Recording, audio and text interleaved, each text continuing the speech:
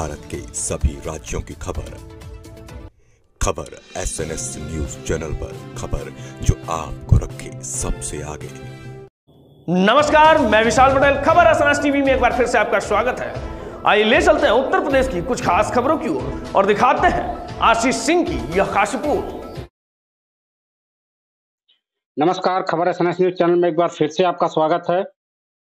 जैसा कि चुनाव का बिगुल बज चुका है और देखा जाए तो अधिसूचना जारी हो गई है और 7 चरणों में उत्तर प्रदेश से लेके पूरे देश में चुनाव होना है। तो आइए हम बात करते हैं। आज हमारे साथ में लोकसभा मछली शहर के मड़ियाहू विधानसभा के मंडल उपाध्यक्ष मुन्ना पटेल जी हैं और उनसे हम जानकारी लेना चाहेंगे कि अभी CAA लागू हुआ है और उसको लेके लगातार जो है विपक्षी पार्टियां भाजपा को घेरने का काम कर रही हैं। क्या कहना चाहेंगे आप CAA को लेकर?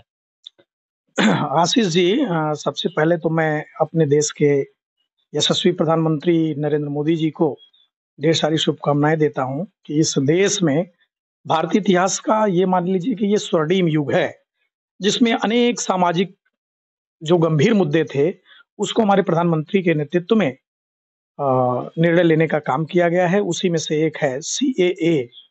CAA नागरिकता प्रदान करने का कानून है, न कि नागरिकता छीनने का। CAA में पाकिस्तान, बांग्लादेश और श्रीलंका में रह रहे ऐसे अल्पसंख्यक जो वहां प्रताड़ना को झेल चुके हैं, उन्हें भारत सरकार के द्वारा आधिकारिक रूप से भारत की नागरिकता देने का प्रावधान है। अगर इसमें विपक्षी ये कह रहे हैं कि नहीं नहीं ये नागरिकता मुस्लिमों की छीन ली जाएगी, तो मैं आपके चैनल के माध्यम से लोगों को बताना चाहता हूं कि हिंदुस्तान में रह रहा किसी भी जगह का कोई मुस्लिम भारत की नागरिकता से नहीं उसकी छीनी जाएगी, वह भारत का नागरिक रहेगा। तो कुल मिला करके हम ये कह सकते हैं कि CAA मुस्लिम विरोधी नहीं कहा जा सकता।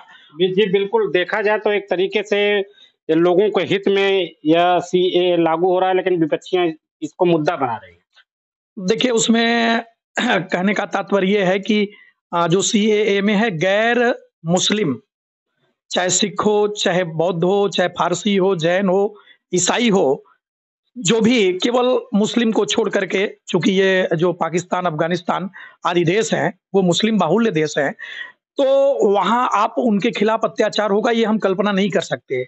लेकिन जो अन्य माइनॉरिटी की संख्या में वहां रह रहे लोग हैं, अगर ये वहां प्रताड़ित महसूस कर रहे हैं और 2014 के पहले भारत में आ गए हैं, तो ऐसे लोगों को माननीय प्रधानमंत्री मोदी जी के नेतृत्व में हमारे देश में नागरिकता देने का प्रावधान बना है। मैं पूरे देश के लिए ये गौरव का विषय मानता हूं। बिल्कुल, आते हैं हम दूसरे मुद्दे पे। जैसे उत्तर प्रदेश एक बड़ा राज्य है और देखा जाता है जो PM की कुर्सी होती है यहीं से होकर रास्ता गुजरता है और उसमें उत्तर प्रदेश की महत्वपूर्ण भूमिका होती है। तो आज हम बात करेंगे, कांग्रेस और समाजवादी पार्टी एक साथ फिर से चुनाव लड़ रही हैं। कितना नुकसान और कितना फायदा होगा भारतीय जनता पार्टी को? आशीष जी, दोनों परिवारवादी पार्टी हैं। एक आप जानते हैं कि गांधी परिवार और एक मुलायम परिवार। तो जो पार्टियां पारिवारिक पार्टियां हैं वो देश का भला कैसे कर सकती हैं? इसके पिछले चुनाव में भी देखा कि इनका एक छद्म गठबंधन रहा है और हमको लगता है कि कांग्रेस का तो जनाधार यूपी में वो अपनी पहचान बनाने के लिए परेशान है और उसके पीछे उसके किए गए क्रियाकलाप, सामाजिक सोच और जनता विरोधी भावना है। और जहां तक रह गई समाजवादी पार्टी की सरकार, तो वह भी अपने अस्तित्व की लड़ाई लड़ रही है और ऐसे में ये दोनों अगर आपस में मिलकर भी लड़ते हैं, तो इस उत्तर प्रदेश की जनता ये भली भांति जानती है कि प्रदेश का विकास माननीय योगी आदित्यनाथ जी के नेतृत्व में और देश के प्रखर और देश के यूं कह लीजिए कि स्वर्णिम प्रधानमंत्री माननीय नरेंद्र मोदी जी के हाथों में सुरक्षित है इस देश और प्रदेश का भविष्य। जी बिल्कुल, देखा जाए तो कहा जा रहा है कि यूपी में 80 सीट है। 80 सीटें में कितनी सीटें जीतने का लक्ष्य रहेगी भारतीय जनता पार्टी? आशीष जी, भारतीय जनता पार्टी का प्रत्येक कार्यकर्ता नीचे जमीनी स्तर पे जो भी बुनियादी जरूरतें होती हैं, उन बिंदुओं को शीर्ष नेतृत्व तक पहुंचाने का काम करता है। और भारतीय जनता पार्टी एक ऐसी पार्टी है जो अंत्योदय मिशन पर है। समाज का अंतिम व्यक्ति का उत्थान कैसे होगा, इन बिंदुओं पर ध्यान में रख करके उत्तर प्रदेश के हर तबके का ध्यान रखा गया है। और हम ये मानते हैं कि यह चीजें पूरे प्रदेश में हैं और इस बार हम लोग 80 की 80 सीटें जीतने जा रहे हैं। माननीय प्रधानमंत्री मोदी जी और देश इस हमारे प्रदेश के मुख्यमंत्री योगी आदित्यनाथ के नेतृत्व में। और यूपी की जो 80 सीटें हैं, कमोवेश हमारी समझ से ये 80 सीटें भारतीय जनता पार्टी की झोली में जाने वाली हैं। बिल्कुल, आइए अब हम बात करते हैं लोकसभा मछली शहर की, जिस लोकसभा में आप निवास करते हैं, संसदीय क्षेत्र में।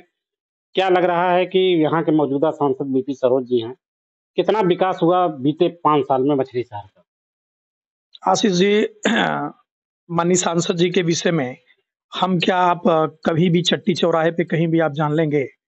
और मैं भारतीय जनता पार्टी का कार्यकर्ता हूं और जहां तक मुझे जानकारी है कि माननीय सांसद जी ने 5 सालों में अथक प्रयास करके अपने परिश्रम से जन भावनाओं को शीर्ष नेतृत्व तक पहुंचाने का काम किया है।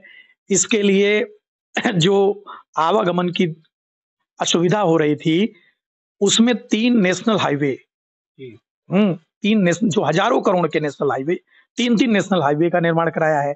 और जो लिंक रोड है वो सैकड़ों लिंक रोड, चाहे पिंडरा में हो, चाहे मड़ियाहू में हो, चाहे जफराबाद किराकत, तो कहीं ना कहीं एक सांसद का जो दायित्व होता है वो माननीय सांसद जी ने बखूबी निभाया है। और भारतीय जनता पार्टी के सांसद के रूप में उनका जो कार्यकाल रहा वो बड़ा ही सुनहरा है।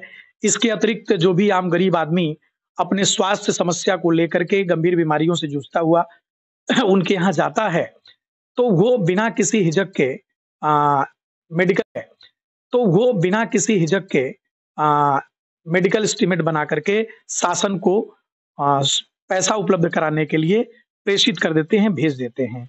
इसके अतिरिक्त गांव में जो जहां जरूरतें हैं, सोलर लाइट, हैंड पंप और मंदिरों के जीर्णोद्धार के लिए प्रयास, और यूं कहा जाए कि लोकसभा में लगातार आम जनमानस के बीच बने रहने का माननीय सांसद जी का प्रयास बड़ा ही सराहनीय है। भारतीय जनता पार्टी को इस पर फक्र भी है और मैं सांसद जी का इसके लिए आभार प्रकट करता हूं कि उन्होंने अपने लोकसभा में निरंतर काम के जरिए लोगों को कभी भी ये महसूस नहीं होने दिया कि माननीय सांसद उनके बीच नहीं है।